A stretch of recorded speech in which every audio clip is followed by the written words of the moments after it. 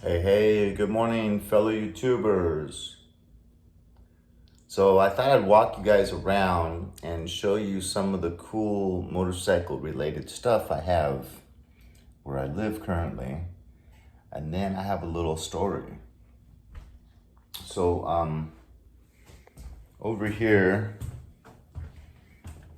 we have this cool little Indian chief. We got this nice cool sign made to look all old school. Okay, this is an Indian Chief Roadmaster this is an Indian Chief, I'm pretty sure. But look, it's funny, you got US Route 66. Show the Mother Road has a map of Route 66 and has an Indian Chief. And then sure enough, sign of the times, you look at the back, made in China. Here you have a nice little red Road King. No saddlebags. Couple Harley lighters. Couple bottles of Jerry's Sailor Jerry rum. Let's see. Oh, this is a cool little book that I was given for, I think, my 52nd birthday by my sister-in-law. And all it is really, really bikes that wouldn't be easy to ride on the road and that, don't have turn signals and stuff like that, but they literally make these bikes into just pieces of art. Here's a picture of me back in 1983. Okay, so that's about it. Oh, you got a Dyna. You got Indian. I love horses. And it's funny, that reminds me of another story.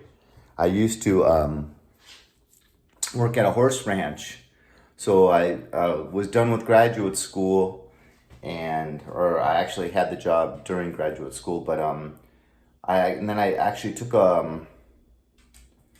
like 4 months off and just worked this job full time, and it was working with horses, taking people up in the Malibu Mountains on horseback rides, and it was great.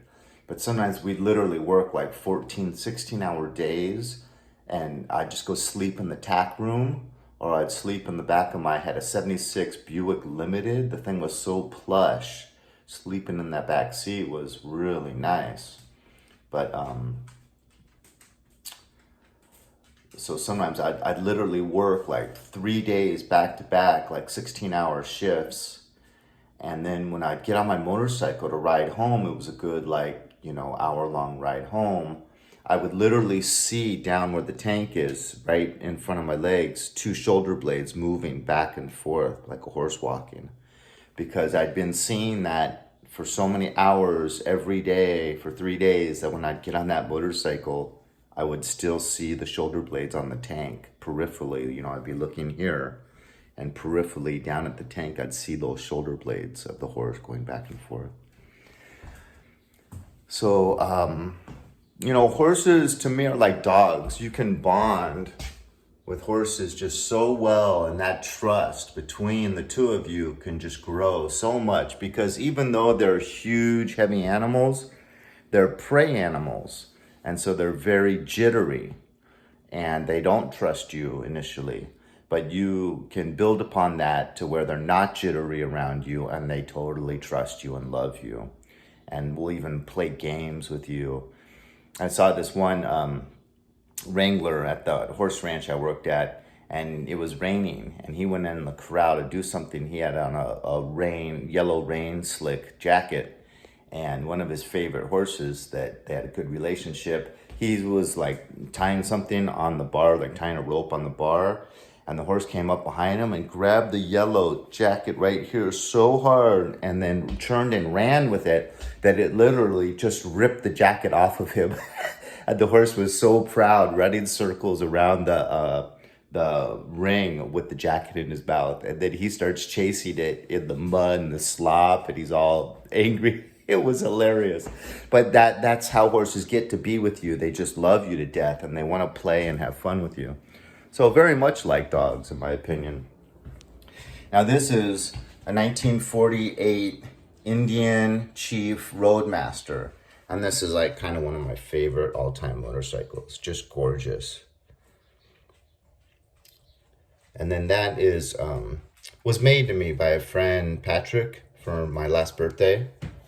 And then this is something I shouldn't have done because it took a little bit too much money to get this collection, but it's still missing 2 lighters. See, each lighter is a cool old type of Harley, but these 2 are just filling up space, empty spaces I have. And they stopped sending me to them, so I had to call them and say, hey, what's up with my lighters? I'm still missing 2. And so we got that coming back now. And then up here, I just got extra seats, a bunch of tools. Man, I wish I had a garage. So I got all this motorcycle-oriented stuff, but no garage. Oh, and then look at this bottle opener. I got this down at the Trabuco Canyon at Cook's Corner. This is the coolest bottle opener. So, you know, it's the same on both sides. Okay, so the story I want to tell, it has to do with, the story I have to tell has to do with taking that Kawasaki Mean Streak out almost the entire way on Route 66. So that's what I'm doing. That's where I'm going. Just really enjoying the adventure. Because on that particular trip, I had literally purchased this motorcycle brand new off the showroom floor on a Friday. And come Saturday morning, I'm heading out to the Grand Canyon. So I was in a wonderful, wonderful mood. I think this is now the 2nd day of the trip. Kind of getting close to Oatman, and that's on the way. And I have to go through an Indian reservation. So you're actually fully in an Indian reservation, and you go for a really, really long stretch with no gas station. So there's this one really, really beat up, run down, old school looking gas station on this little tiny Route 66 road.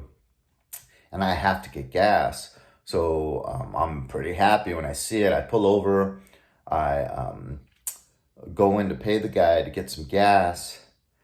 And when I'm coming out, I see this really, really old, beat up, like 50s truck, either a Chevy or a Ford, all rusty and faded paint. And it's got 3 American Indians in the back and 2 up front. So you got 5 guys, all big, heavy set American Indians, kind of poor, manual laborers, but still showing their pride in their history, with some of their jewelry and bandanas and boots. So they pull up. Now, mind you, there's one gas station guy.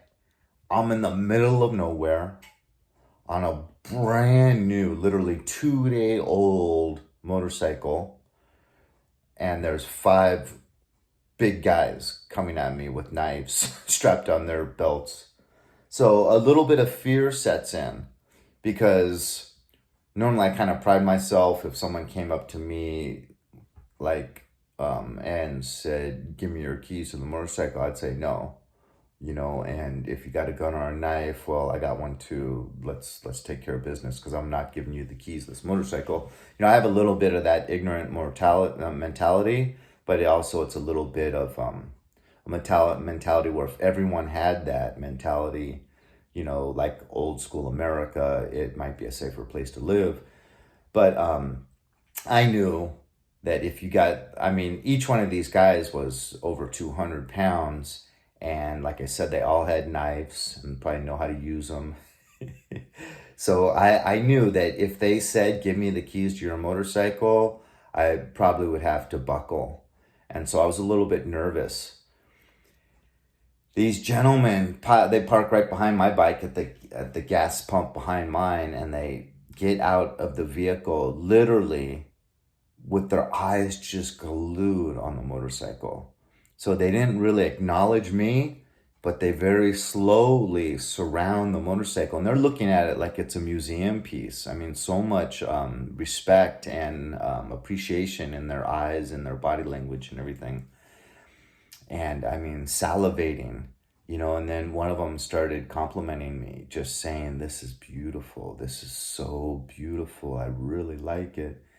And I kind of felt bad because you could tell they had almost never seen something so brand new and shiny. But at the same time, you could tell they had no ill will, no ill intentions. So that was just kind of that a story always stuck in my head because I'm in the middle of nowhere on a brand new motorcycle on an Indian reservation. And then these big, 5 burly American Indians roll up. Just kind of surreal. I mean, I've never been in that position before. I've never been in that position after. So it made a little bit of an impression and stuck in my mind. So I hope you enjoyed the tour of the motorcycle regalia in my place, and you enjoyed the little story. I love that. Wouldn't it be nice to have one of those all refurbished and just as beautiful as a brand new motorcycle? Anyways, you guys, thanks for listening. Thanks for stopping by. Take good care of yourselves and enjoy the weekend. It's Saturday morning.